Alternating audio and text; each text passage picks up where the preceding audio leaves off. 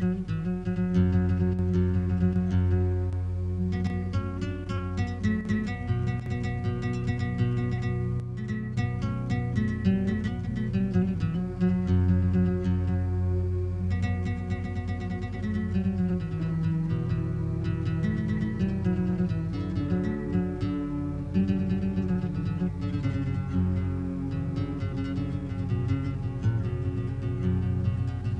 à toutes, bonsoir à tous, bonsoir aux présents et bonsoir à ceux qui nous suivent via Facebook, le direct Facebook.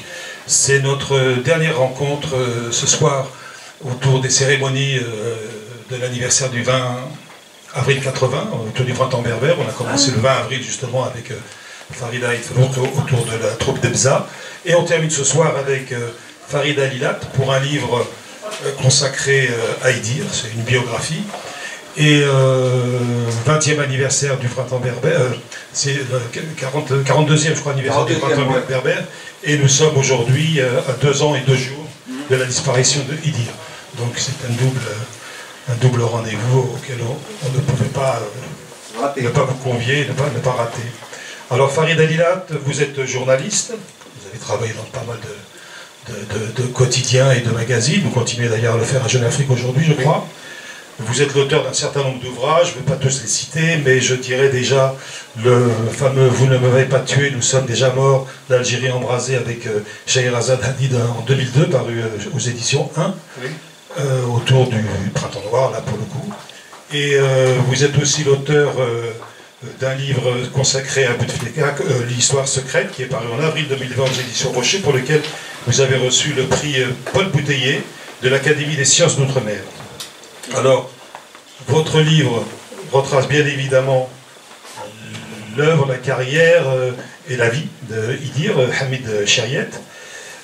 C'est un ouvrage à la fois pédagogique, parce que vous restituez la trajectoire individuelle, la trajectoire personnelle d'Idir, et à chaque fois vous faites l'effort, sans doute pour des auteurs ou des lecteurs qui ne seraient pas trop au fait de l'actualité culturelle, identitaire, politique, algérienne, mais aussi anthropologique, sociologique, c'est-à-dire vous restituez un certain nombre d'éléments qui permettent aux lecteurs de se retrouver dans ce parcours.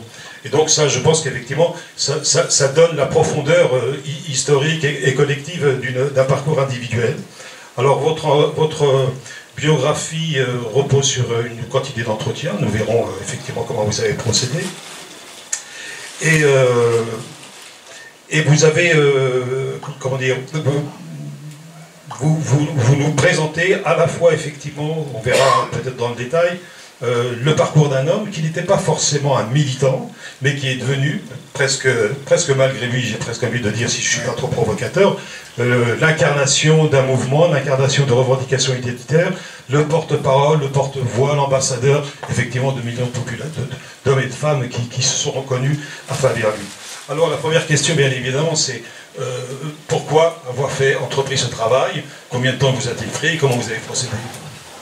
Je vous remercie. Je suis très content de venir ici parce que ça fait exactement 20 ans que je suis venu ici. Je suis venu en 2002 pour présenter mon livre « Nous ne pourrons pas nous tuer, nous sommes des morts ». Et bon, 20 ans plus tard, je reviens ici pour présenter ce livre sur Idir. Pourquoi un livre sur Idir?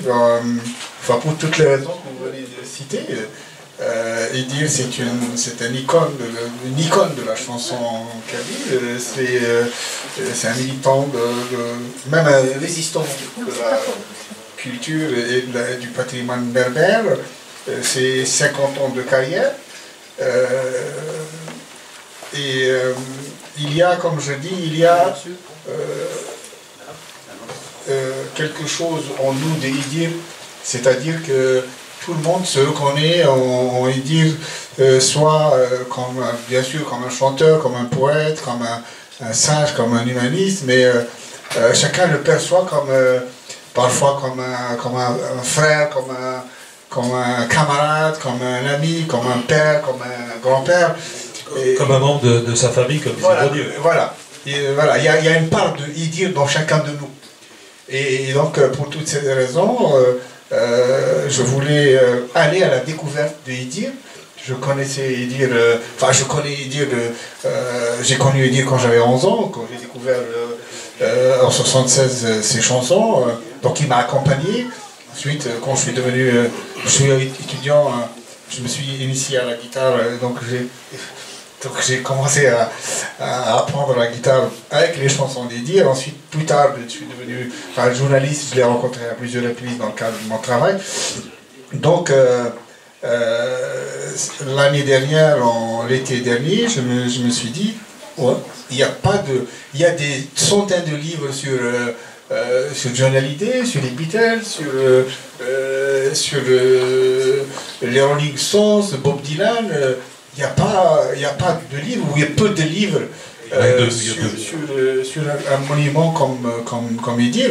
Et donc je me suis dit, c'est peut-être l'occasion d'aller le découvrir moi-même, et peut-être, en toute modestie, de le faire découvrir aux gens, ceux qui le connaissent ou ceux qui ne le connaissent pas.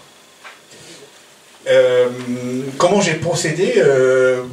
J'ai commencé le livre en juillet 2021 et donc c'est une enquête qui m'a pris 5 et 6 mois. Ensuite j'ai commencé l'écriture en octobre 2021 et j'ai terminé en février 2002.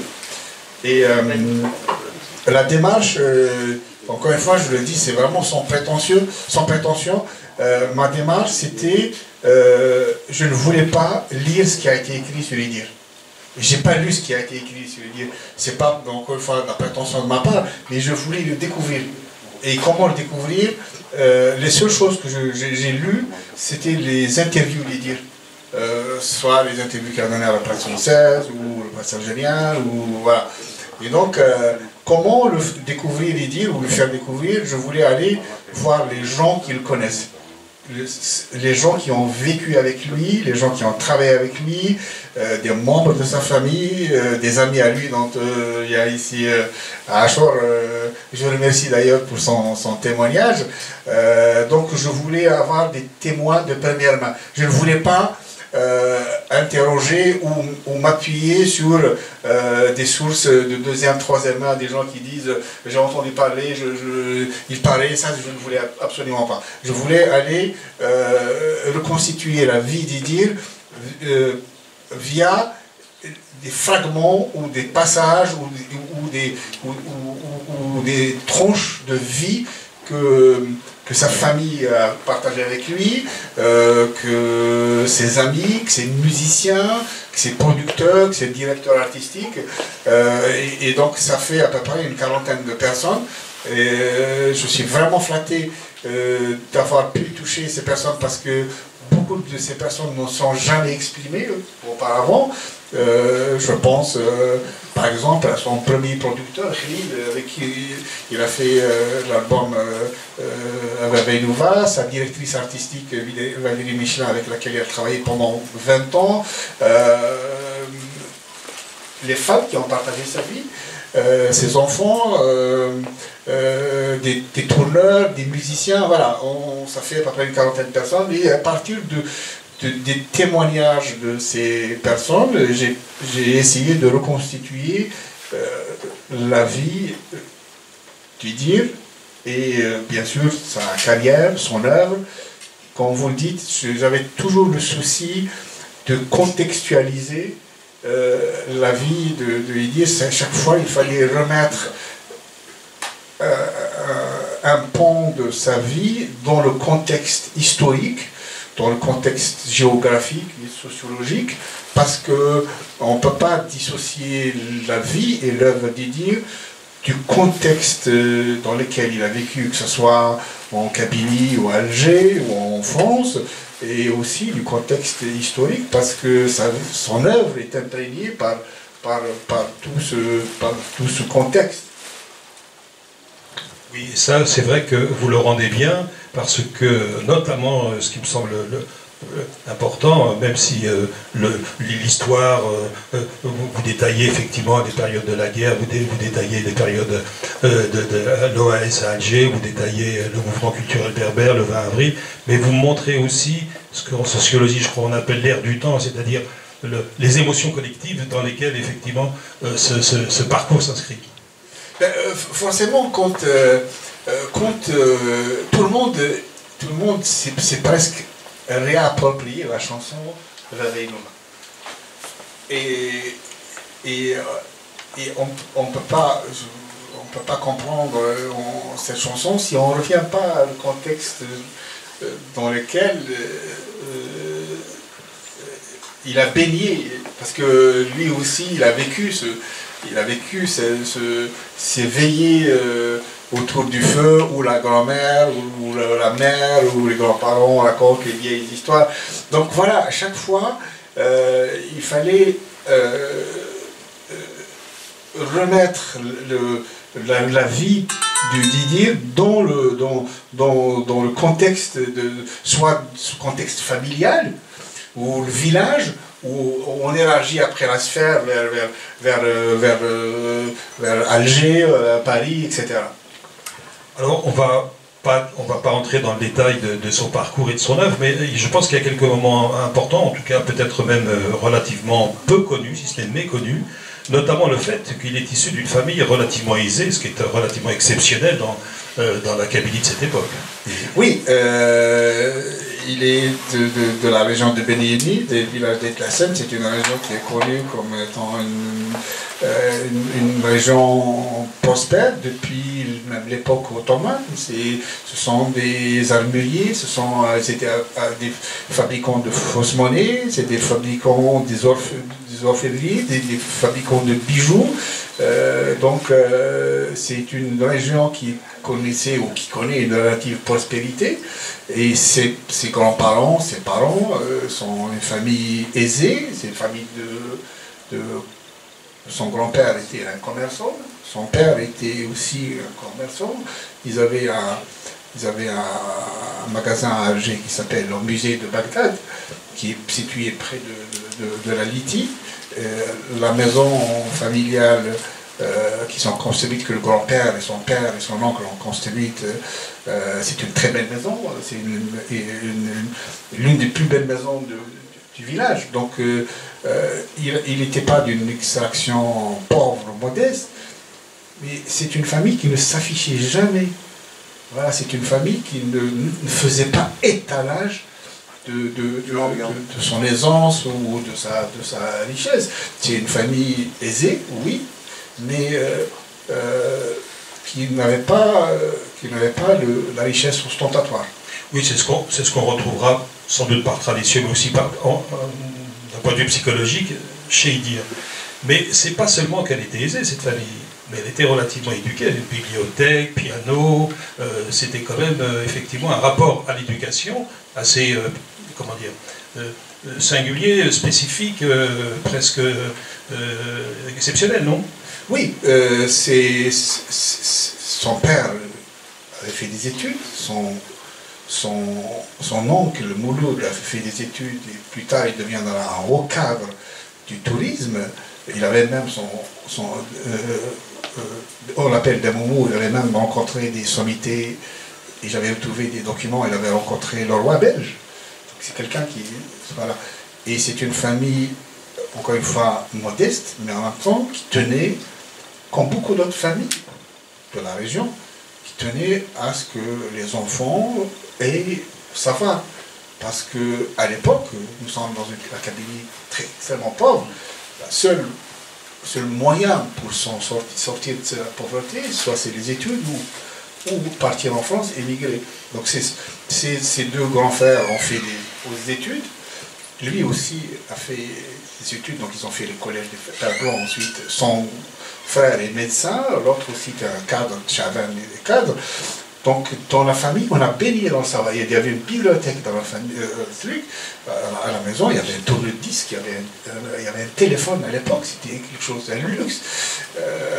Et lui était un grand lecteur, il lisait beaucoup, que ce soit des romans policiers ou des classiques de la littérature française. Il avait la chance, comme beaucoup d'enfants de la région, d'aller au collège des Pères Blancs. Et au collège des Pères Blancs, il y avait des religieux qui avaient le souci, qui avaient cet humanisme, ce don de soi, de non seulement d'éveiller les enfants au savoir, mais aussi même à la botanique. Je crois que même Achor connaît voilà, le père des Sommes, qui a enseigné au collège des Pères Blancs, a énormément marqué les élèves, et il dit, parce qu'il incitait les enfants, enfin les collégiens à lire, leur donner des livres, il les encourageait à lire, il les encourageait à faire de la musique. Donc voilà, donc il a baigné dans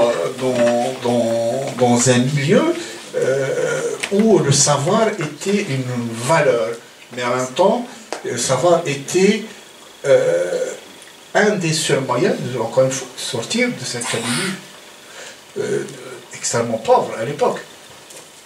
Et pardon, aussi quelque chose que j'ai oublié, c'est même si sa famille, son père était très strict vis-à-vis de la musique, etc. Mais il pouvait jouer de la musique avec sa maman, mais pas jamais avec son père. Et il y avait un piano à la maison, son père a acheté un piano en 63 à la maison, donc voilà, je crois que ce milieu, ce compagnonnage avec les camarades, enfin, avec les enfants, avec les religieux, etc., a fait qu'il a fait ce parcours. Un mot avant d'aborder un certain nombre de personnes qui vont beaucoup compter pour lui en termes d'influence et en termes de construction et peut-être même de carrière. Un mot sur la guerre qui a été particulièrement douloureuse à la fois pour le village et Tlaxen, pour la famille, pour lui. Ouais. Et c'est quelqu'un qui n'a, semble-t-il, enfin moi je crois que pas ou rarement lu quoi que ce soit sur la guerre, quelqu'un qui, malgré tout ce qu'il a pu subir en tant que jeune garçon, en tant que membre d'une famille, etc., en tant que membre du village, jamais cultivé le ressentiment, jamais cultivé une mémoire douloureuse. Non, il a vécu comme beaucoup d'Algériens, bien sûr. Il a vécu la guerre dans sa chair, dans le village, avec la Seine et dans les autres villages, les alentours de la guerre est venue, disons, vers 1956. Il y a des chasseurs alpins qui se sont installés à l'école Verdi, qui est devenue après une sorte de torture. Et lui-même a vécu un événement extrêmement bouleversant. En 1957, il y avait deux jeunes qu'il connaissait. Un, il avait 17 ans, l'autre, je crois, 19 ans, qui ont été arrêtés par les militaires français. Ils ont été torturés à l'école Verdi. Ensuite, on les a sortis de cette caserne et on a convoqué la population sur la place publique pour assister d'abord au sermon du capitaine Descroisy, qui a sermonné la population, et ensuite il a assisté, comme d'autres, à l'exécution sommaire des deux garçons. Et d'ailleurs, il y a cette scène que je raconte dans du livre. Je crois, je ne peux pas le dire, je ne peux pas être catégorique. Je crois que cette scène, Mouloud Maamri la restitue, mais à sa manière, dans le film L'Opium et le bâton, dans lequel on voit le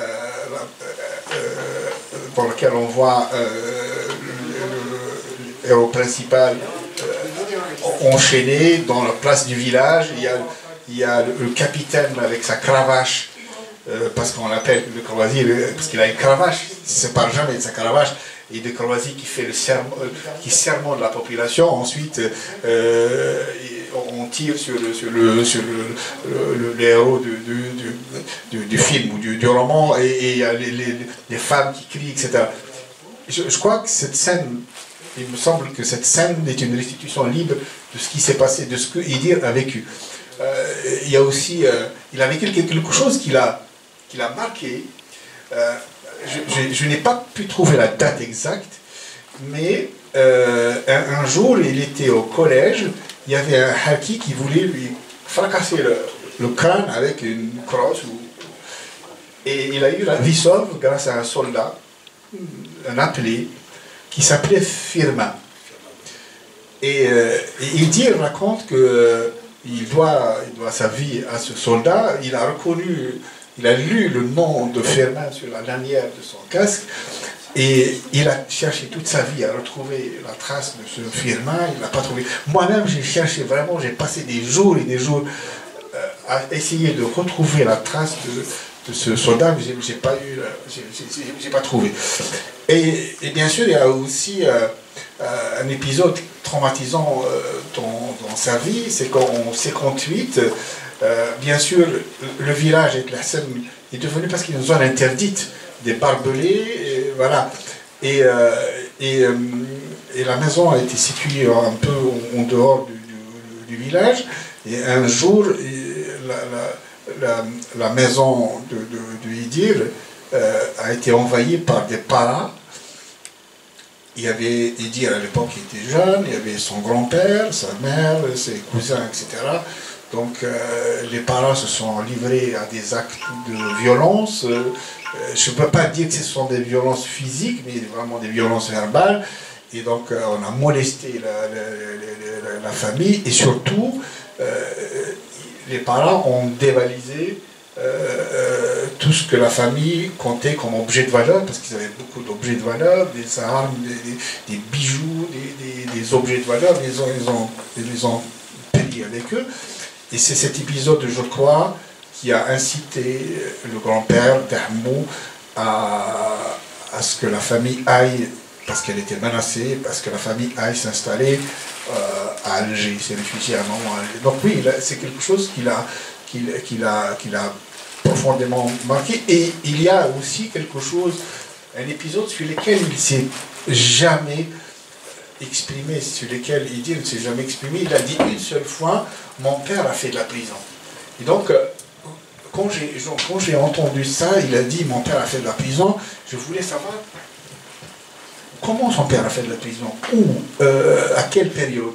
Donc il a fallu enquêter sur cet épisode qui est complètement inconnu, et il a fallu que j'interroge les membres de sa famille pour qu'ils puissent me raconter cet épisode, pour que je puisse reconstituer cet épisode auquel je consacre un chapitre. Son père a été arrêté pendant la bataille d'Alger en 1957 au magasin au musée de Bagdad en compagnie de son frère, Mouloud, parce qu'on soupçonnait les chariats, donc le père d'Idir, on soupçonnait le magasin de servir comme une cache d'armes ou un lieu de transit. Voilà. Donc le père d'Idir a été arrêté, il a été amené dans un centre d'interrogatoire à Alger. Est-ce qu'il a été torturé? Vraisemblablement qu'il a été torturé, parce que quand on amène des personnes dans les centres d'interrogatoire ou de tri, forcément ils sont violentés, etc. Ensuite, il a été déporté dans un camp de concentration dans le sud, qui s'appelle le centre Paul Cazel, qui se situe presque à la périphérie du désert, à El Oussara. Et on appelait ce camp le camp de la mort, parce que les conditions de détention étaient épouvantables. L'hiver, c'était la neige, le froid, et l'été, c'était la chaleur, les scorpions, les serpents. Et son père a passé peut-être 2-3 mois dans ce camp, et ensuite il est rentré chez lui, et il me semble qu'il est rentré à pied, quelque chose comme ça, et il avait maigri, il avait le visage buriné, etc. Et son père, il y a une espèce de chape de plomb. Son père ne s'est jamais exprimé sur ça. J'ai beau essayer de voir avec ses cousines, ses cousins qui essayent de me raconter un peu ce qu'il a vécu. Ils me disent, il s'est tué comme une tombe sur cet épisode. Donc voilà, ça c'était un épisode qui l'a beaucoup marqué, mais il n'en parle presque pas. Hein. Bon, ça, c'est Idir, parce que c'est quelqu'un de très secret, de très taiseux, très pudique. On y viendra. On va aborder un certain nombre de personnes qui l'ont profondément marqué, dont il a subi ou reçu, plus exactement, l'influence dans sa constitution et dans son œuvre. On va bien sûr commencer par sa mère. Oui. Il y a sa grand-mère aussi. Sa grand-mère, il y a Taous, qui est un puits de savoir,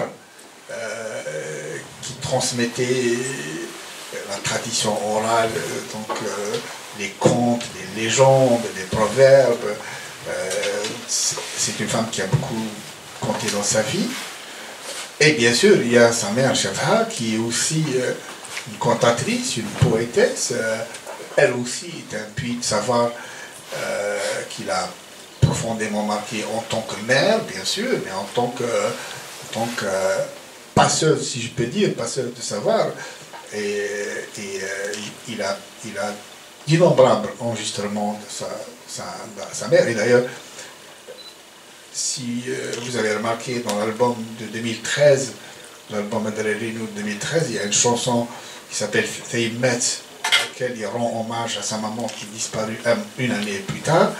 Et dans la chanson, il implore presque Dieu puissant, et lui dit si je peux m'intercéder auprès de vous, pour que vous puissiez ouvrir sa tombe pour que je puisse voir une dernière fois son visage.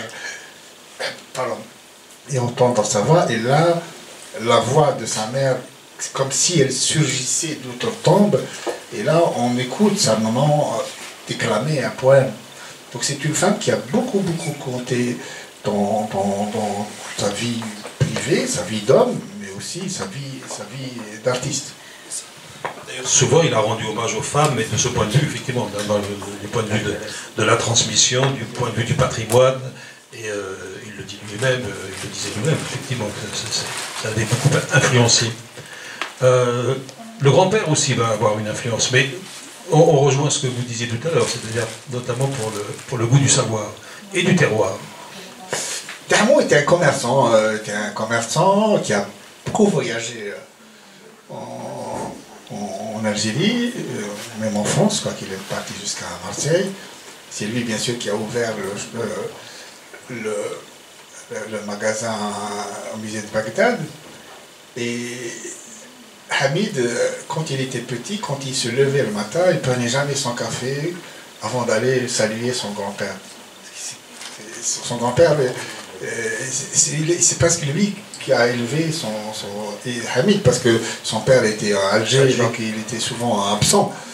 Et quand je parlais de la transmission du savoir, avant Dahmou, son grand-père était à la fin de sa vie, il est devenu aveugle, mais il avait une espèce de rituel. Chaque jour, il sortait s'asseoir devant le grand frêne de la maison. Il avait une espèce de rituel. Chaque jour, il y avait un bus, un autocar, comme on dit, à l'époque, qui venait de Fort National, je crois. C'est ça, Fort National. Et il s'arrêtait à la place du village. Il y avait chaque jour une ou deux personnes qui revenaient avec le journal Le Monde. Et donc, Dahmou était assis devant le Saint-Fer, il y avait d'autres personnes, et parfois il y avait Idir. Et donc, il y avait une espèce de tradition que celui qui vient avec le journal Le Monde, et il vient s'asseoir devant Dahmou, et Dahmou lui dit « Lis-moi les nouvelles ». Donc, et on lui faisait la lecture orale du journal Le Monde. Et ça, c'est quelque chose qui a marqué et dire Dahmou, bon, Dahmou est mort en 59, je crois, avril 59, donc il n'a pas beaucoup vécu avec lui, il a vécu avec lui 13-14 ans, parce que lui il est 14 ans. Mais quand il parle peu de son grand-père, il parle très peu de son grand-père, mais il avait beaucoup d'affection, beaucoup de tendresse pour son grand-père. Deux autres influences, les percussions.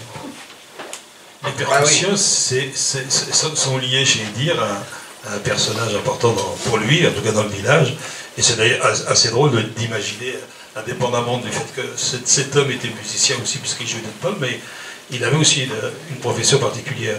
C'est pour ça que je disais tout à l'heure que chaque fois que j'aborde un pan de la vie d'Idir, il faut toujours le remettre dans le contexte. C'est ce que vous faites d'ailleurs. Momha, puisqu'on parle de Momha, Momha est un personnage pittoresque qui a beaucoup marqué Idir. Momha, c'est un forgeron. C'était un forgeron qui avait une petite forge au village. Et plus qu'un forgeron, c'est un maître des percussions. C'est-à-dire que quand il battait le fer, l'enclume avec le marteau, il était comme une espèce de percussionniste. Il produisait des sons et dire, jeune, aimait aller fréquenter la forge de Momha parce qu'il était séduit par... Et parfois même, de sa maison, de la terrasse de sa maison, il pouvait entendre Momha forger le fer. Et donc, ça l'a beaucoup marqué. Et pas lui, Momha avait le contact très facile avec les enfants. Donc, les enfants allaient dans la forge. Et aussi, Momha était un percussionniste parce qu'il jouait tout bien. Et l'initiation de Idir, qui est aussi un très bon percussionniste parce qu'il joue du tambour, rendir comme on dit, l'initiation au rythme vient de Momha. Et la preuve, c'est que Momha l'a tellement marqué qu'il lui a rendu hommage en 93, si mes souvenirs sont bons. Il a fait une émission sur France 3 avec Johnny Clegg. C'était un échange à distance entre lui et Johnny Clegg. Johnny Clegg était en Afrique du Sud et Idir était chez lui ici en France. Et donc chacun se parlait, chacun échangeait son expérience. Et Idir, tellement il était marqué par le Momha, il tenait à montrer à Johnny Clegg qui est Momha. Et donc il y a une équipe de télévision qui est partie en Kabylie filmer Momha dans sa forge en train de travailler le fer, mais en même temps dehors en train de jouer. Ça, c'est quelque chose qui l'a énormément marqué et influencé, bien sûr. Dernière influence, la flûte. Oui. Là, la flûte, c'est encore une autre, là pour le coup, peut-être pas une personne en particulier, mais en tout cas une catégorie de personnes qui... C'est un très bon flûtiste, et depuis son jeune âge, bien sûr, il jouait de la guitare parce qu'il fabriquait une guitare avec des bidons d'huile, de fil de la pêche. Il allait, comme tous les enfants, il allait fréquenter les bergers, ceux qui gardaient les moutons, les chèvres, et le passe-temps des bergers, c'était la flûte. Bien sûr, c'était le seul instrument avec lequel on passait le temps. Donc il passait du temps avec les bergers et il était fasciné par ces bergers qui produisaient du son avec une flûte en simple rose. Et donc, plus tard, donc, il est devenu un flûtiste. Et l'hommage qu'il rend implicitement, ou peut-être explicitement, à ce patrimoine, parce que c'est un patrimoine. Les bergers qui jouent de la flûte, c'est un patrimoine. Depuis 1976, il y a toujours dans ses chansons des flûtes, et il a eu son flûtiste Geoffroy, Gérard Geoffroy, qu'il n'a jamais quitté depuis le premier album de 1976 La Renova jusqu'au dernier album. Et c'est Geoffroy, le flûtiste, c'est le chaînon entre la musique moderne et cette tradition des bergers qui jouent de la flûte. Est-ce que nos musiciens sont là tous les deux? Oui, oui. Il faut l'appeler. Alors allez-y l'appeler, je vais vous poser une question en attendant. On a toujours dit, et on reviendra à ce fameux rendez-vous où Noara qui devait chanter n'a pas pu le faire et donc il s'est improvisé chanteur, on verra que lui n'aimait pas chanter. On a toujours cru, peut-être à cause effectivement du fait qu'il disait lui-même qu'il n'était pas destiné à devenir chanteur et musicien, qu'il n'était pas fait pour la musique. Mais vous montrez vraiment bien dans ce livre que toute sa vie d'enfant, d'adolescent, au point même de rater le bac d'ailleurs, était centré sur la musique. Il n'a pas arrêté de tourner autour un peu de ce cercle sacré et sacrilège même par rapport à la famille, qu'est la musique. C'est pas un hasard finalement si il est devenu ce qu'il est devenu. Il a baigné dans la musique très très petit, parce que la musique c'est pas simplement le chant. Sa maman chantait. La musique c'est aussi le texte. À la base aussi c'est le texte. Donc il a baigné dans cette...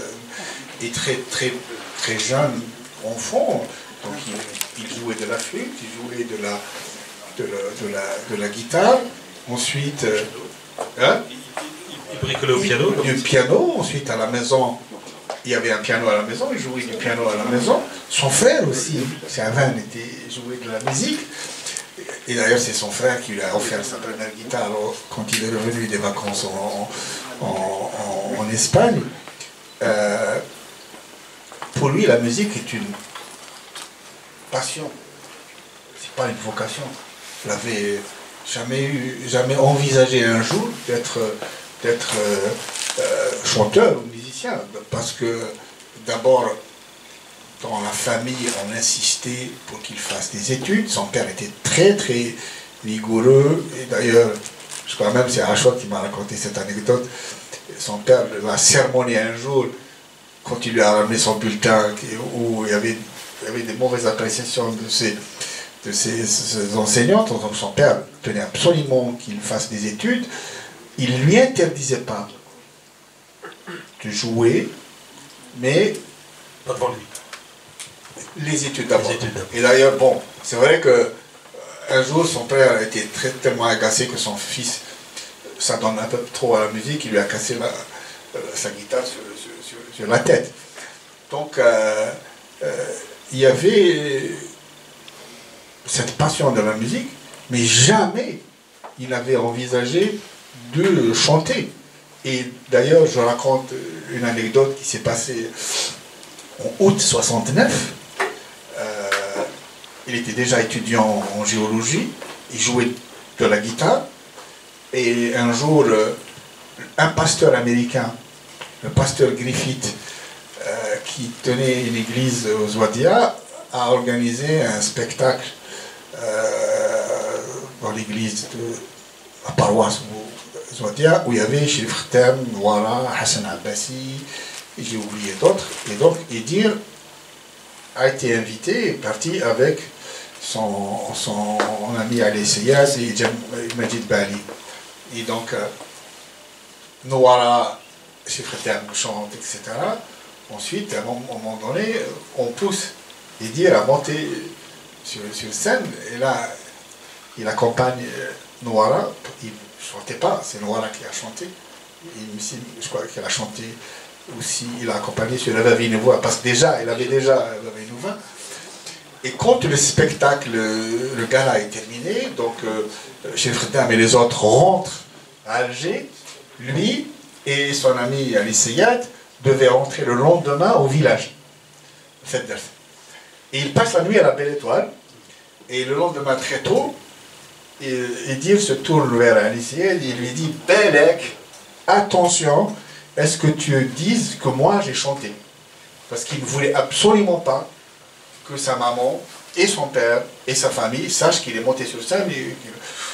Donc il ne se destinait pas du tout à une carrière de chanteur. Après on racontera... Oui, non, il ne se destinait pas. Effectivement, ça c'était en 69, mais il n'a pas arrêté de jouer avec le feu. On va écouter Saïd et Saïd qui vont nous interpréter une première chanson. صريغ نسيدكي ولا سنداتو بيك غدا السقسي هذا فغني حالة نور أمزم ساك هني دغني شادكي ميتتو شادكي ميتتو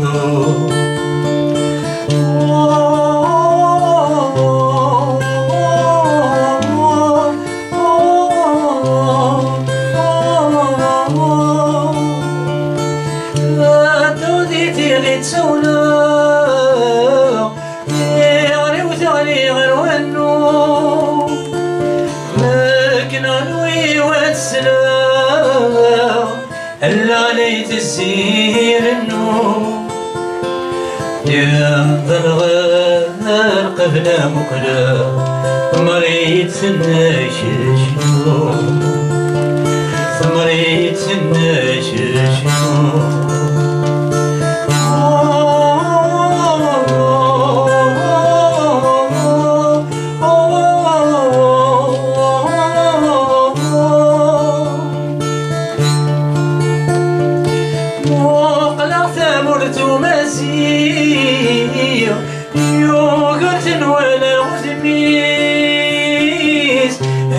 نسمني بندلير الفاغ الشوق سيسميس غفرتيك سقمي تغرير فرحة غي من اللي غدمي فرحة غي من اللي غدمي ورزري غنسيدك والولا سندات الدور بيك غدا السقسير هذا فغني حالة نور يمزن ساك هني دغرير شادقي ميتتو شادقي ميتتو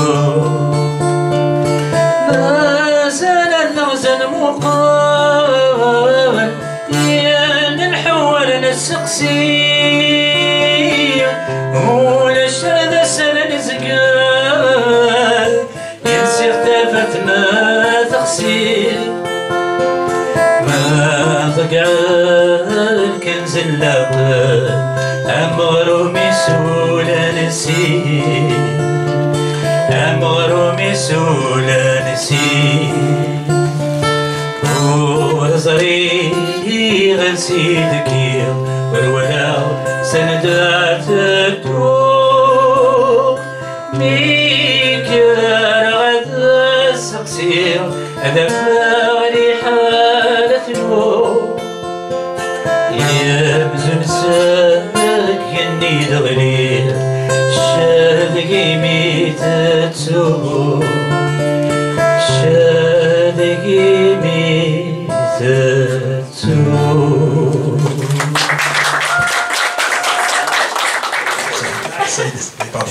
Alors, cette chanson, je raconte dans le livre, je me permets juste, puisqu'il a chanté cette chanson, bien sûr, cette chanson porte la revendication de cette culture, de cette identité, de ce patrimoine millénaire.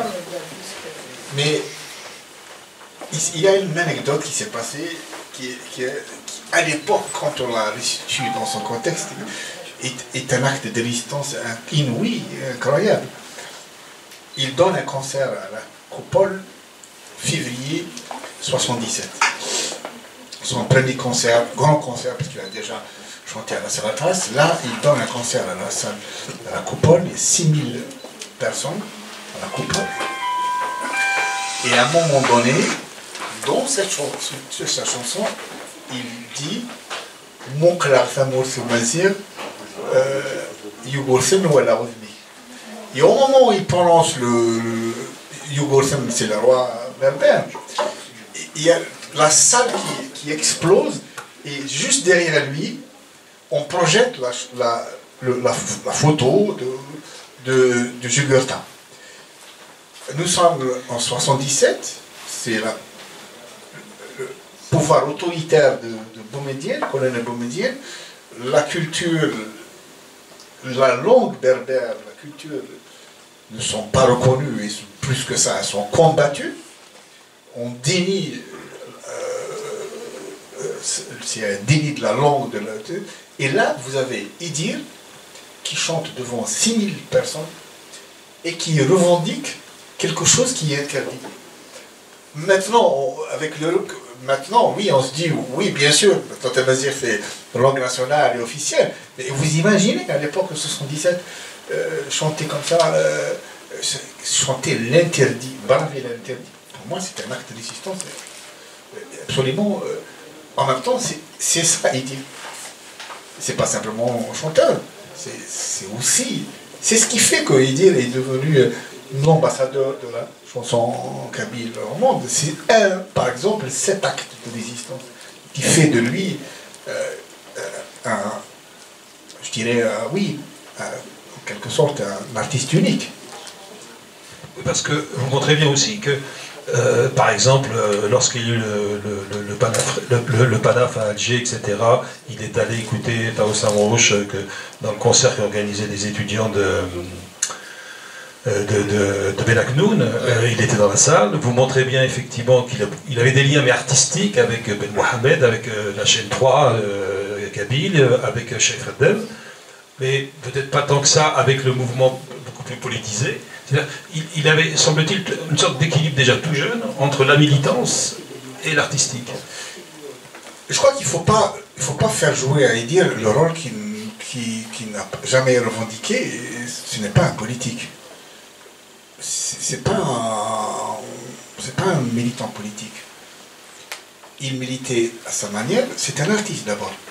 Et bien sûr, il fait de la politique. L'art, c'était aussi de la politique. La chanson, c'est de la politique, surtout à l'époque. Mais je parle de l'époque, hein, mais il n'était pas dans le mouvement politique de l'époque. C'était un artiste qui a toujours été modeste, qui est toujours, il n'a jamais revendiqué ce statut d'icône, d'ambassadeur, parfois même ça l'agaçait, ça l'amusait, mais il était militant politique à sa manière. Mais une chanson, parfois, vaut 1000 discours politiques. Alors on va peut-être venir à cette fameuse soirée, où finalement il est obligé de remplacer au pied levé Noara, et où on va alors là aussi vous n'avez pas percé le mystère, l'origine de son nom de scène, qui a lieu ce soir-là à la radio. Alors, moi j'ai beaucoup échangé avec Majid Bali, et je le remercie justement pour la confiance qu'il m'a donnée. Majid Bali, c'est un ami d'Idir, et c'est lui qui a animé l'émission. C'est un des piliers de la chaîne 2, la chaîne Kabyle, qui a animé l'émission les 5 énigmes à la chaîne 2. Donc, avril 73, comme tous les samedis, il y a une émission en direct à la radio. Et ce soir-là, Idir devait accompagner Noara sur sa propre chanson, c'est Dayas. Donc là, on est au direct. Et peu de temps avant le direct, Noara, souffrante, s'est décommandée. Et donc, Asri Nabti, le producteur et réalisateur, et Abdelmajid Bali, l'animateur, se sont retrouvés devant un problème. C'est du direct, il faut que quelqu'un chante. Donc, Hamid, c'est Majid Bali qui me raconte, Hamid est assis sur la chaise, sagement, avec sa guitare, il attend que Noara vienne. Et Majid, il était pas au courant. Et oui, et ils lui disent, bon, Noara ne peut pas venir, et donc c'est toi qui vas chanter. Et il dit, mais jamais, moi chanter, direct, jamais. Et ils insistent. Non, on ne peut pas. C'est du direct, il faut que tu chantes. Jamais. D'abord, il a un trac fou, et jusqu'à dernier concert, il a eu trac, comme beaucoup de chanteurs d'ailleurs. Et surtout, il ne voulait absolument pas que sa maman, qui écoute en direct, parce qu'elle est fidèle auditrice de la chaîne 2 et de cette émission, il ne voulait absolument pas que sa maman sache qu'il chante. Donc, et il dit, non, c'est toi qui vas chanter. Bon, ils ont fini par le convaincre, mais il a dit, mais moi, je ne vais pas chanter avec mon nom, parce qu'on va me reconnaître. Et maman, elle va le reconnaître, sa famille, tout ça, c'est la honte, quoi, tu vois. Et là, il trouve le nom d'Idir. Qui a trouvé? J'ai posé la question à Majid Ali, je lui ai dit, Majid, qui a trouvé? Il m'a dit, je ne saurais pas te le dire. On m'a dit, pour la véracité des faits, pour l'exactitude, je ne peux pas dire si c'est moi, si c'est le petit, si c'est Idir. Toujours est-il que avec le track, donc, il chante en direct et le standard a explosé tout de suite parce que les gens étaient éblouis par cette voix, cette guitare, cette berceuse. Et donc, ils ont appelé, mais c'est qui ce chanteur, chanteur? Bon, il termine son tour de chant et il rentre chez lui. Il va à Deir Saada parce qu'il habitait avec sa maman, son père est décédé 3 ans plus tôt. Et donc, il rentre à la maison et sa maman, elle l'a écouté direct. Et elle lui dit, Hamid, j'ai écouté un jeune chanteur, il chante très très bien. Tu le connais? Tu devrais un jour l'inviter à la maison pour manger un couscous. Et bon, taquin lui, bien sûr, il lui dit, ah ouais, je vais. Il t'a plu. Mais il n'osait pas dire à sa maman que c'était lui. Et donc, bon voilà, il est parti, et il y avait une espèce de dilemme, quoi, parce que à partir de ce moment-là, tout le monde parlait d'Idir. Toute la Kabylie ne parlait que d'Idir. Et il a fallu qu'un jour, il dise à sa maman qu'en fait, il fallait percer le mystère, le secret, quoi, le révéler. Et là, il lui dit, en fait, le chanteur que tu as écouté à la radio, c'est moi. Et sa maman, au départ, n'était pas du tout contente. Elle était un peu triste, elle était en colère, parce que elle a toujours dit à son fils, il faut que tu fasses des études, que voilà, pas question de chanter, de faire une carrière, etc. Mais ils a des zaf, comme on dit en kabyle. Bon, après ça y est, elle était très fière de son fils, et elle est devenue une de ses admiratrices, voilà. Donc voilà, il est venu par un concours de circonstances, par un hasard, il est devenu Idir. Oui.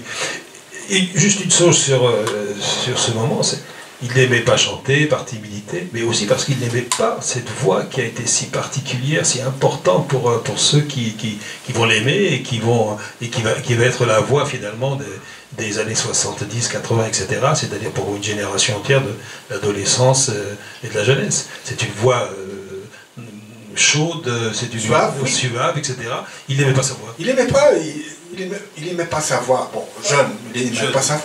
Et surtout, ceux qui le connaissent très bien, c'est quelqu'un de très timide, très réservé, très pudique, très, je ne dirais pas introverti, pas du tout.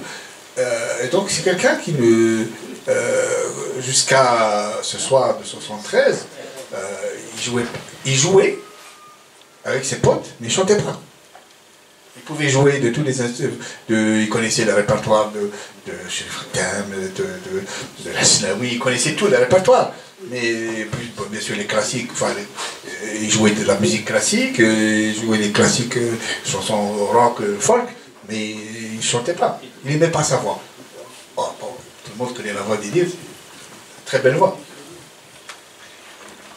Alors, comme vous le dites, il va y avoir un énorme succès, il va faire son service militaire, il sera même appelé à jouer dans la caserne, etc. il y a encore ces circonstances qui font qu'une carrière s'envale. Il doit une partie de sa carrière, en tout cas à l'international, à Jean-Pierre Elkabbach. Oui, et je ne sais pas s'il doit quelque chose. Doit, c'est beaucoup voilà. dire, mais en tout cas... Bon, voilà. Ça, c'est Khalil qui me raconte l'épisode. Khalil, son producteur. Jean-Pierre Elkabbach, qui était à l'époque une vedette, tu vois, sur la radio France Inter, vient à Alger pour couvrir la visite de Valéry Giscard d'Estaing en 1975. Et là, Jean-Pierre Elkabbach, qui a vécu en Algérie, qui est né en Algérie, il a bien sûr entendu parler d'Idir, et il appelle, il était à l'hôtel à Liti, il appelle Khalil, il lui dit « Est-ce qu'on peut se voir ?» Donc ils prennent un café ensemble, et Elkabbach dit à Khalil « Je veux voir Idir, je veux rencontrer Idir, parce que j'ai envie d'organiser une rencontre entre Idir et Enrico Macias. » Pour Elkabbach, c'est une forme de réconciliation, voilà, artistique, concilier l'enfant de Constantine avec le Kabyle. Et donc, et Khalil lui dit non, c'est pas possible de rencontrer Idir, il fait son service national. Donc, tu vas pas le rencontrer, je peux pas. Et par contre, il lui ramène le 45 tours de Valéry Nouva. Et Elkabbach fait un reportage, et pendant le lancement du reportage, il lance la chanson à Valéry Nouva qui passe sur France Inter. Donc c'était une espèce de tremplin, quoi. Mais il y a aussi un autre concours de circonstances qui fait que la chanson Valéry Nouva est devenue un tube avant que Idir le chante. Parce qu'il y a un duo français qui s'appelle David et Dominique, qui était à l'époque, connaissait un relatif succès en France, et ils ont fait des tournées en Algérie. Et là encore, c'est Dominique, qui faisait partie de ce duo, qui me raconte l'anecdote. Ils font une tournée en Algérie, ensuite, c'était au début 75. Et un soir, ils font un gala à Tizi Ouzou. Je ne sais pas si c'est en mars ou en avril, elle m'a dit, je ne peux pas me souvenir. Mais c'était début 75. Donc ils font un gala à Tizi Ouzou, et à la fin du gala, ils demandent à quelqu'un, dans l'assistance, si quelqu'un voudrait venir chanter. Et il y a un jeune qui vient chanter avec sa guitare, il chante à la Valéry Nouva. Et David et Dominique sont tellement subjugués par cette mélodie que le lendemain, ils partent à Alger et ils voient Khalil et lui disent on voudrait l'adapter cette chanson en français. Donc ils ont obtenu l'autorisation ou le droit et ils font une adaptation en français qui connaît un succès presque phénoménal en France et vendu à 100 000 exemplaires, qui est devenu le tube de l'été 75. C'était avant même qu'Idir ne fasse l'enregistrement. Donc voilà, il y a des successions comme ça de hasard, de circonstances, qui fait que la carrière est propulsée. Oui, parce que lui va enregistrer après, un an après, je crois, à peu près. 76. 76, c'est ça, voilà.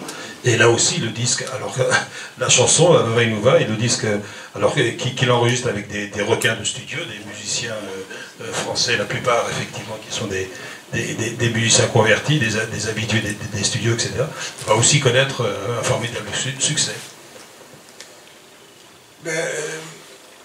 C'est un album qui s'est vendu, je crois, à 200 000 exemplaires. Valéry Nouva traduite, adapté dans plusieurs langues. Le succès est immédiat aussi bien en Algérie qu'en France. Mais lui-même ne peut pas expliquer. Il ne peut pas expliquer. S'il y avait une recette. Ce succès. Il n'avait pas de recette, il n'y avait pas de... et je crois que c'est une musique qui parle au cœur. C'est une musique qui vous transporte. Et c'est un album, c'est des chansons intemporelles. qui peuvent, je suis sûr que dans 2 siècles, 3 siècles, 4 siècles, les gens vont encore écouter Abel Veilouva, parce que ça nous replonge dans une douceur d'un ton qu'on a perdu à jamais. Et parce que quand tu écoutes Renova ou d'autres chansons, encore une fois, c'est une partie de notre vie qu'on se remémore. C'est les veillées au coin du feu, voilà, ou la jeunesse, voilà. Ce qui fait que cette chanson et cet album ne se démodent pas, ils sont intemporels.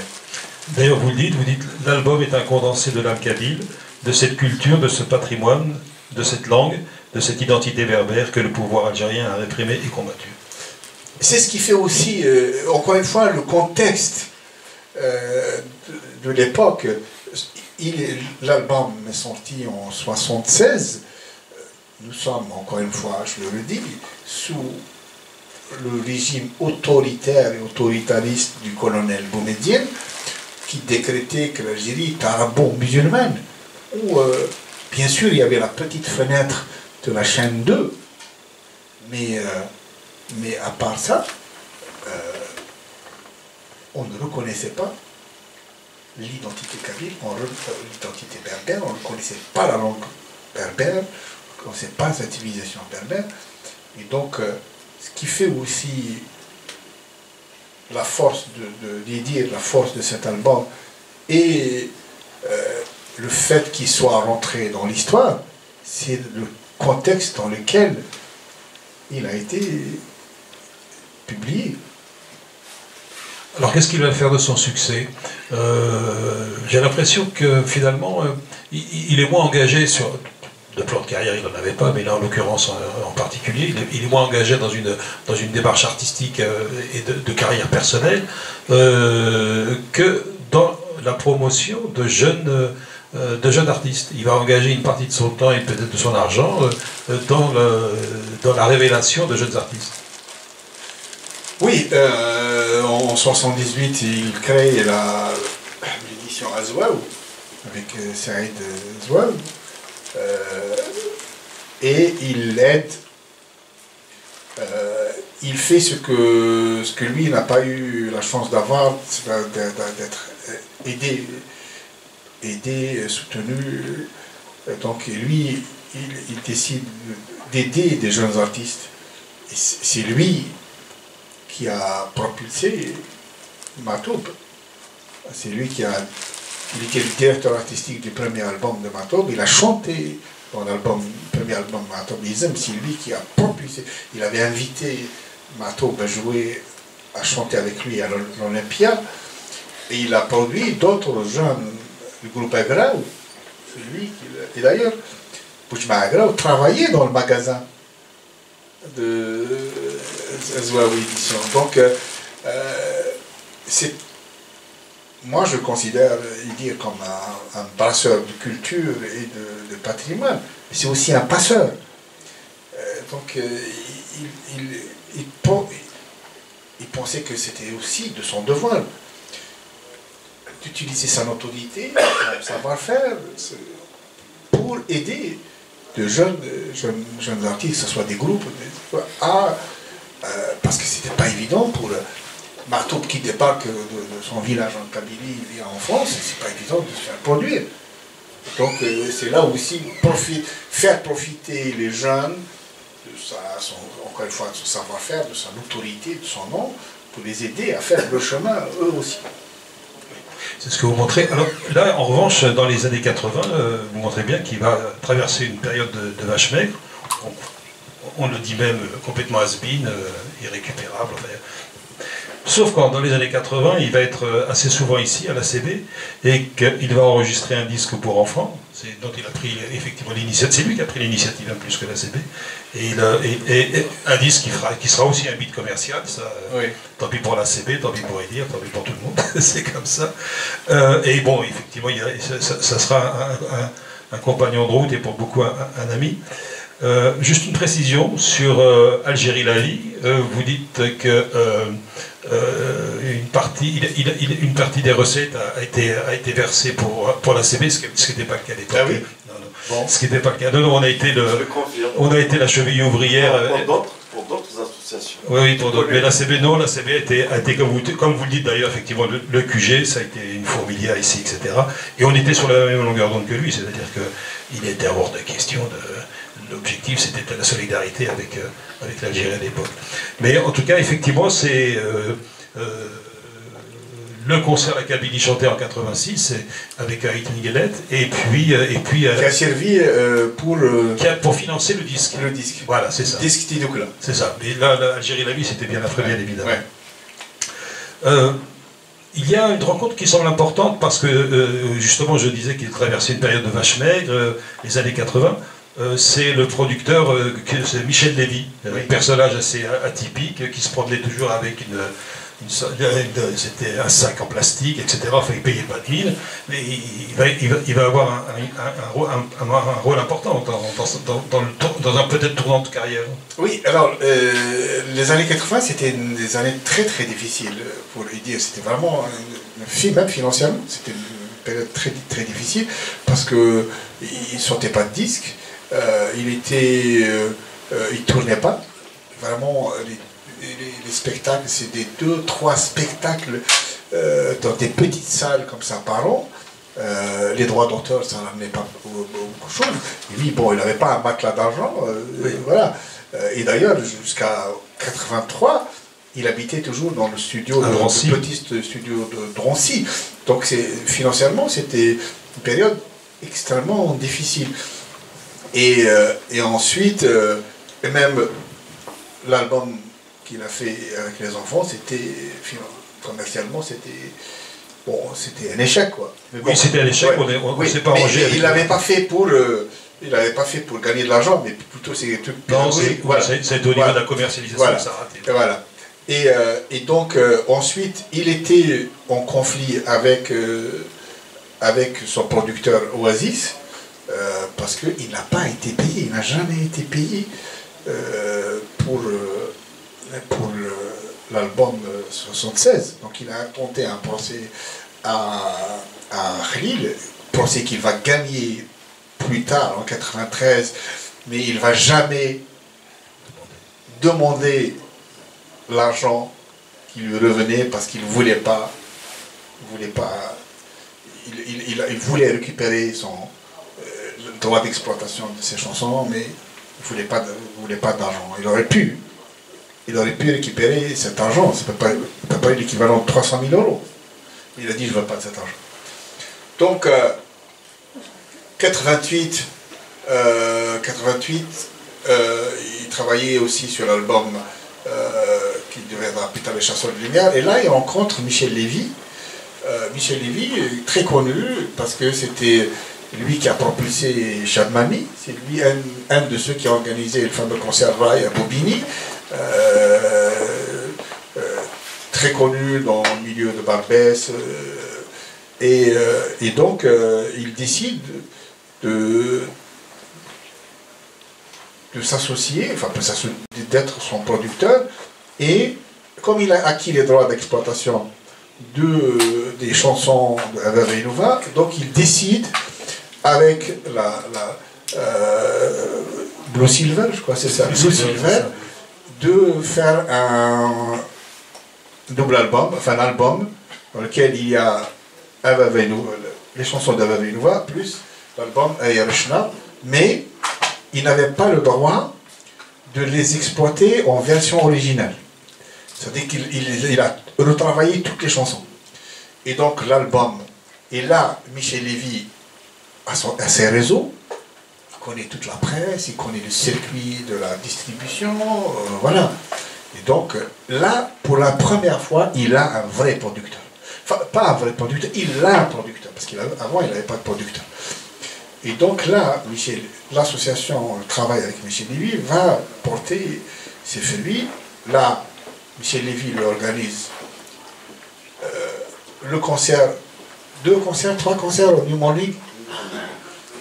quand Michel Lévy, pour l'anecdote, quand Michel Lévy va voir la patronne du New Morning, et pour le programmer et dire, et elle lui dit, mais c'est un has-been. C'est vrai qu'il était tombé dans les oubliettes, personne n'écoutait, voilà, la presse française l'a boycotté, son public l'a boycotté, voilà. Il n'y a que le petit public kabyle qui l'écoutait encore.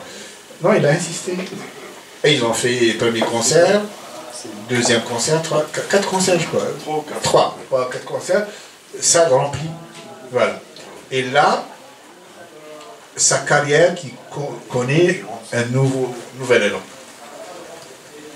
Et après, il est devenu, il a fait après l'Olympia, il a fait d'autres salles, il a commencé à tourner un peu partout en France, voilà.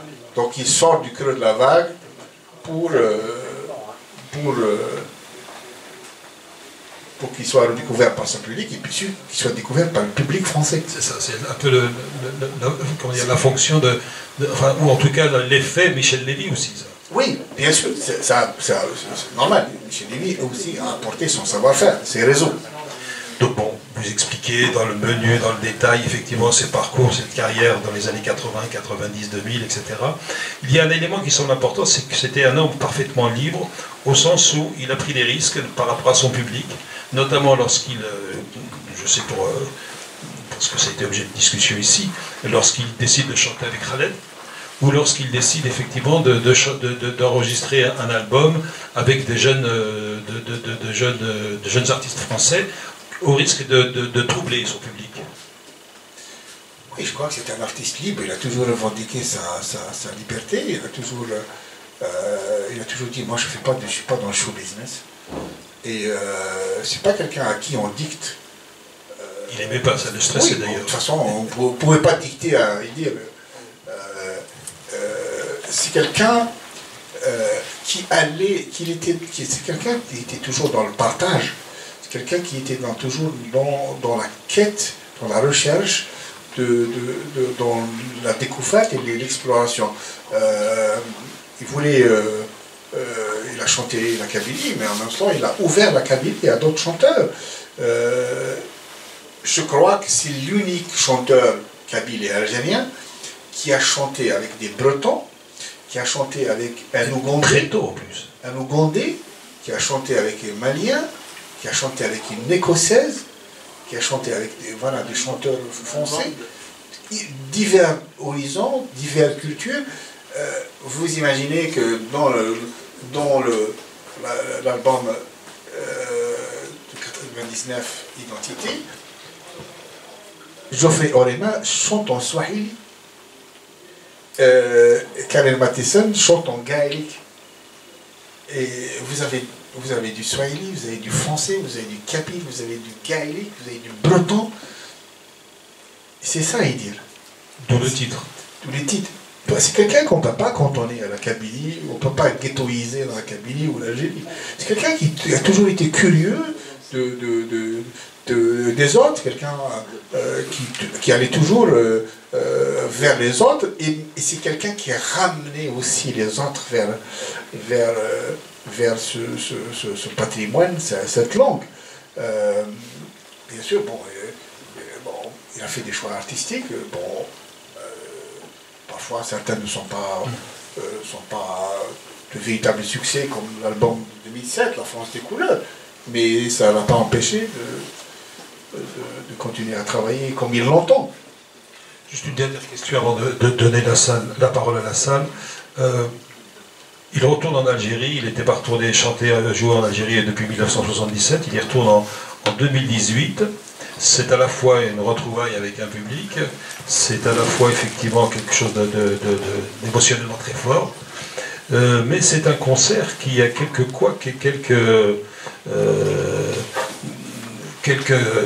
qui se déroule aussi dans des conditions particulières pour lui sur le plan santé. Elle a toujours dit je ne chanterai pas en Algérie si Tamazigh n'est pas langue nationale, langue officielle. Il s'est toujours tenu à cette condition. Et il n'a jamais dévié de cette trajectoire. Et une fois que Tamazigh est devenu langue nationale et officielle, le temps est venu pour lui de revenir chanter en Algérie. Et là, il chante en 2018 en Algérie. il était très très fatigué. Il n'assistait même pas aux répétitions, parce qu'il avait déjà sa fibrose pulmonaire, il lui a rongé les poumons, il était très fatigué, il toussait, mais malgré ça, il a tenu à chanter deux fois devant son public, et pour lui, c'est une façon aussi de retourner là où il a chanté en 77, et en même temps aussi, c'est une façon aussi de répondre aux attentes de ses fans. On peut peut-être prendre des questions parce que finalement ça passe très vite. Ce sera plus de commentaires. deux, trois petites précisions. Il n'y a pas un micro qui se promène. Les commentaires, je ne me permettrai pas. Juste quelques précisions, enfin il faut les revérifier. Quand on parle d'El Kabash, moi je pense que c'était Jean-Pierre Foucault, parce qu'à ma connaissance. Question pour un champion. Non, c'est vrai. El Kabash, ça a toujours été un journaliste. C'est bon? Oui. Et c'était Jean-Pierre Foucault qui, dans ses animations, il est vrai que c'était la visite de Giscard d'Estaing en Algérie. Et comment s'appelle donc Jean-Pierre Foucault qui était à la RTA pour des animations en direct sur, je ne me rappelle plus, la chaîne dans laquelle il travaillait. Donc c'est comme ça qu'il a balancé. Donc c'est plus, il faut vérifier. Hein. Par la suite. Ça semble congru, mais... Non, mais, parce que je suis passé par la chaîne, la RTA, j'ai vérifié ces informations. La deuxième chose, parmi les personnes, je pense, qui ont influencé un peu Idir Yamoul Mamri, l'incontournable, c'est pas intellectuellement, parce que je trouve qu'il y avait une complicité entre eux. C'est ce que c'est dit dans le livre. Exactement. Et il y avait une complicité entre eux, et même dans son comportement Idir, enfin, j'ai d'abord trouvé le comportement de Moul Mamri, après, quand j'ai découvert Idir, j'ai retrouvé exactement les mêmes attitudes, la même discrétion, l'humilité, etc. Bon, il y a des petites choses. Ah oui, dans le livre, parce que je l'ai lu, il y a une confusion entre Beurre FM et Radio Beurre. Ouais. Dans cette période, c'était plus Radio Beurre. Ouais. Et j'insiste sur une chose, et je finirai là-dessus. Il est vrai que dans ces spectacles, plusieurs, notamment une fois, on a fait dans une discothèque, c'était au Triangle, sans cachet, c'est moi qui voulais qu'il chante dans une discothèque, il y avait 1000 personnes, etc. Je lui dis, pour une fois tu vas voir un public qui ne vient pas te voir. Et le cachet, il a refusé de le prendre. Il m'a dit, tu en fais ce que tu veux. Je lui dis non. Le patron m'a dit non, c'est le sans cachet, il faut qu'il le prenne. Je lui dis, bon, je crois, repréciser les choses, je crois qu'il a donné il a fait bénéficier quelques associations, dont la CBJ. Et j'aurais fini là-dessus. C'est que je n'ai pas de mémoire, donc on demandera à Bébène, c'est la génothèque. Est-ce qu'il y a d'autres interventions? Alors, je crois qu'on peut résumer la vie d'Idir, qui était, malgré sa modestie, on peut dire que c'était un personnage solaire, en ce sens qu'il était non seulement poète, mais il était mélodiste, il était généreux, il était bienveillant, à tel point que des chanteurs comme Aznavour, qui était une star internationale, a daigné, enfin a accepté de chanter avec lui, et Aznavour avait tenu à chanter en kabyle une chanson, je ne sais plus quelle chanson, une chanson du répertoire d'Aznavour. Voilà, pour résumer un petit peu le personnage. J'aime bien le terme solaire. Voilà, c'est un personnage. Et pour la petite précision,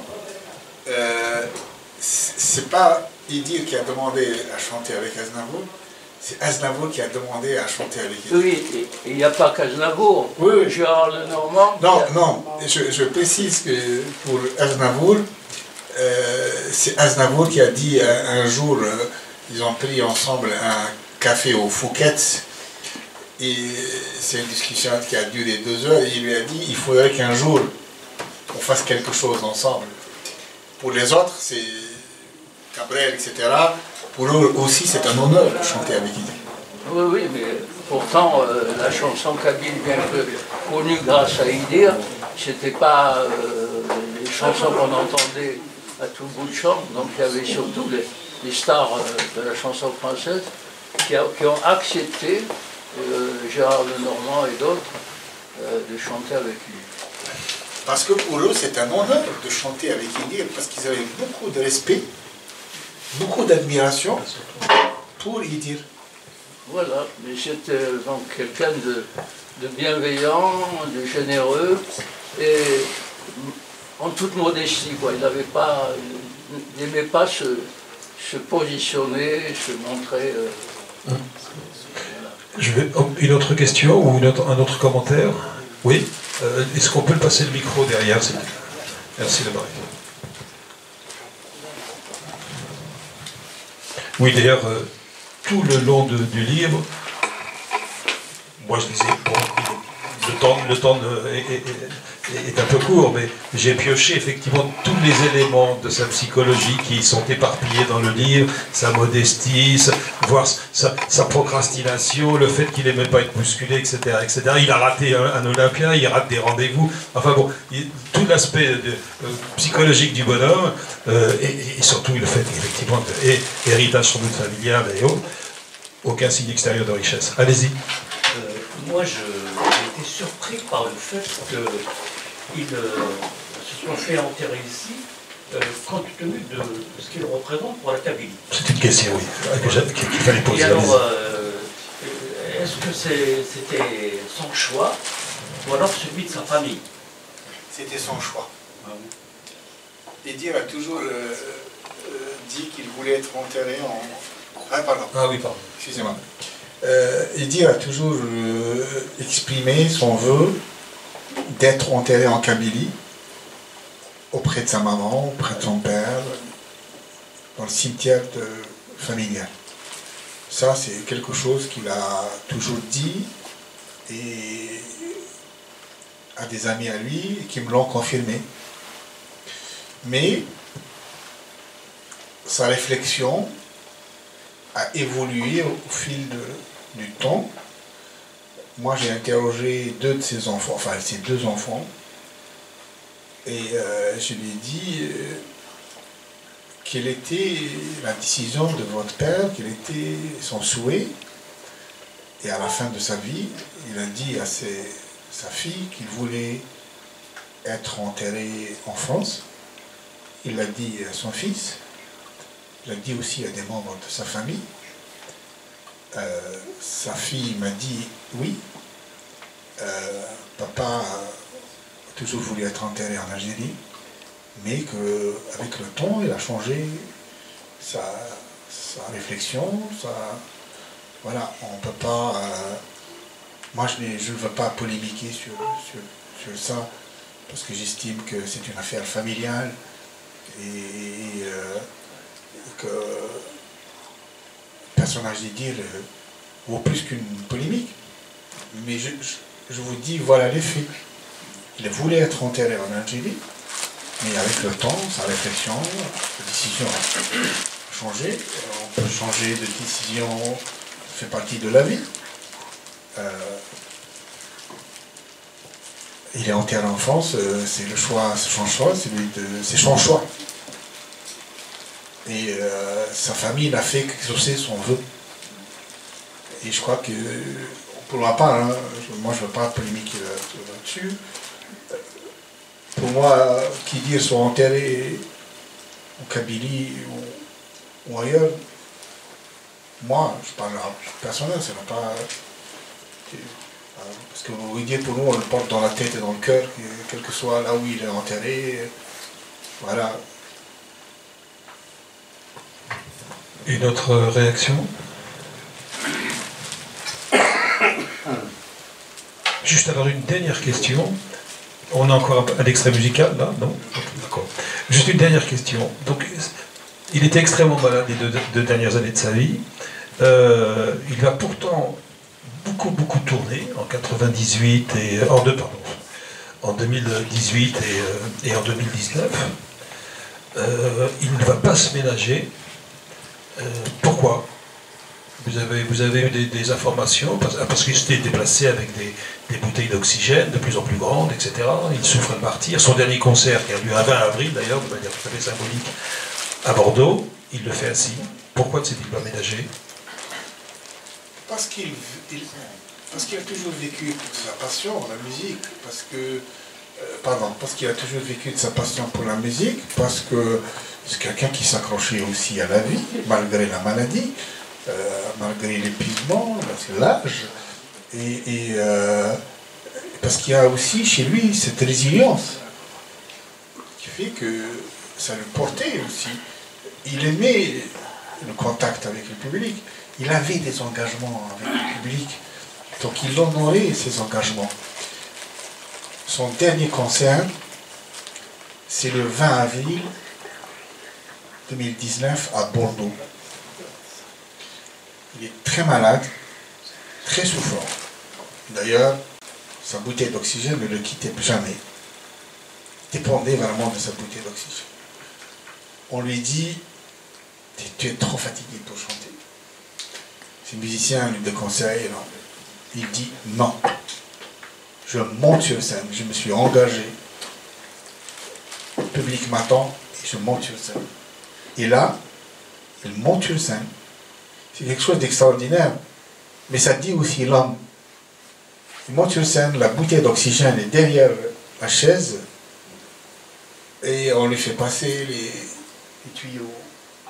Là, il chante avec sa bouteille d'oxygène pendant 1 heure, assis, malgré la fatigue, mais il tenait à honorer son engagement vis-à-vis du public. C'est comme si de rien n'était. Et personne. Et d'ailleurs, moi, si on ne me l'avait pas raconté cette anecdote, je n'aurais jamais su qu'il a chanté avec une bouteille d'oxygène. Voilà, c'est quelqu'un qui était entier, qui ne trichait pas, qui donnait à son public, même dans des moments extrêmement difficiles. Je ne connais pas beaucoup d'artistes, que ce soit en France ou en Algérie ou ailleurs dans le monde, je ne connais pas beaucoup d'artistes qui ont donné un concert dans un état d'extrême fatigue et avec une bouteille d'oxygène. Voilà, c'est ça Idir. En fait, il porte son nom, Idir vivra. On va laisser nos deux amis Saïd se préparer à interpréter une dernière chanson. Juste pour dire qu'on n'a pas abordé, bien entendu, bien des choses présentes dans ce livre, des aspects méconnus que vous révélez, ses relations avec ses musiciens, notamment avec le bassiste Lachmi, c'est ça. C'est sa passion pour la Bretagne, ses épouses, ses enfants, etc. Mais tout ça, vous le découvrez effectivement à la lecture du livre. On va juste...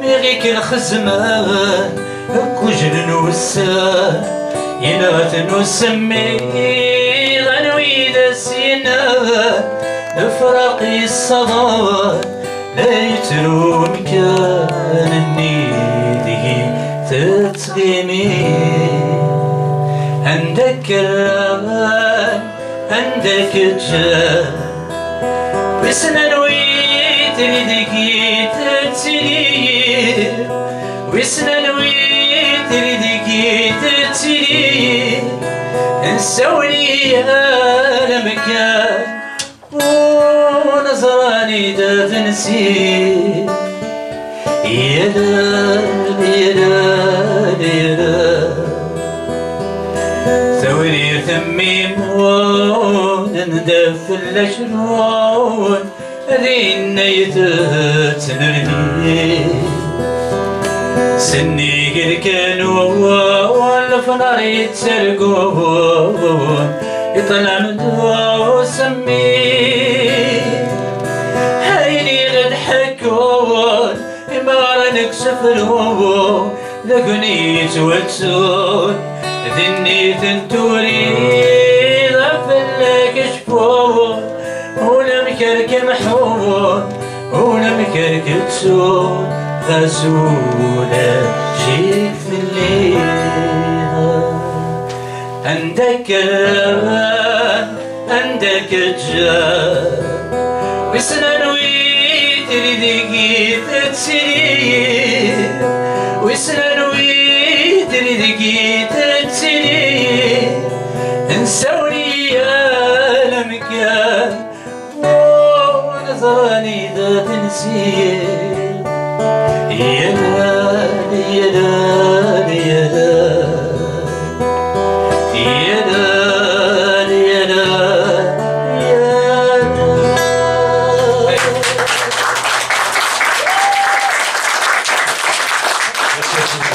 Donc, je vous propose que nous nous retrouvions pour les présents à l'étage pour les dédicaces et puis au tour d'impôt. Et je salue l'ensemble des personnes qui ont assisté via Facebook à cette rencontre. Merci à tous et à toutes.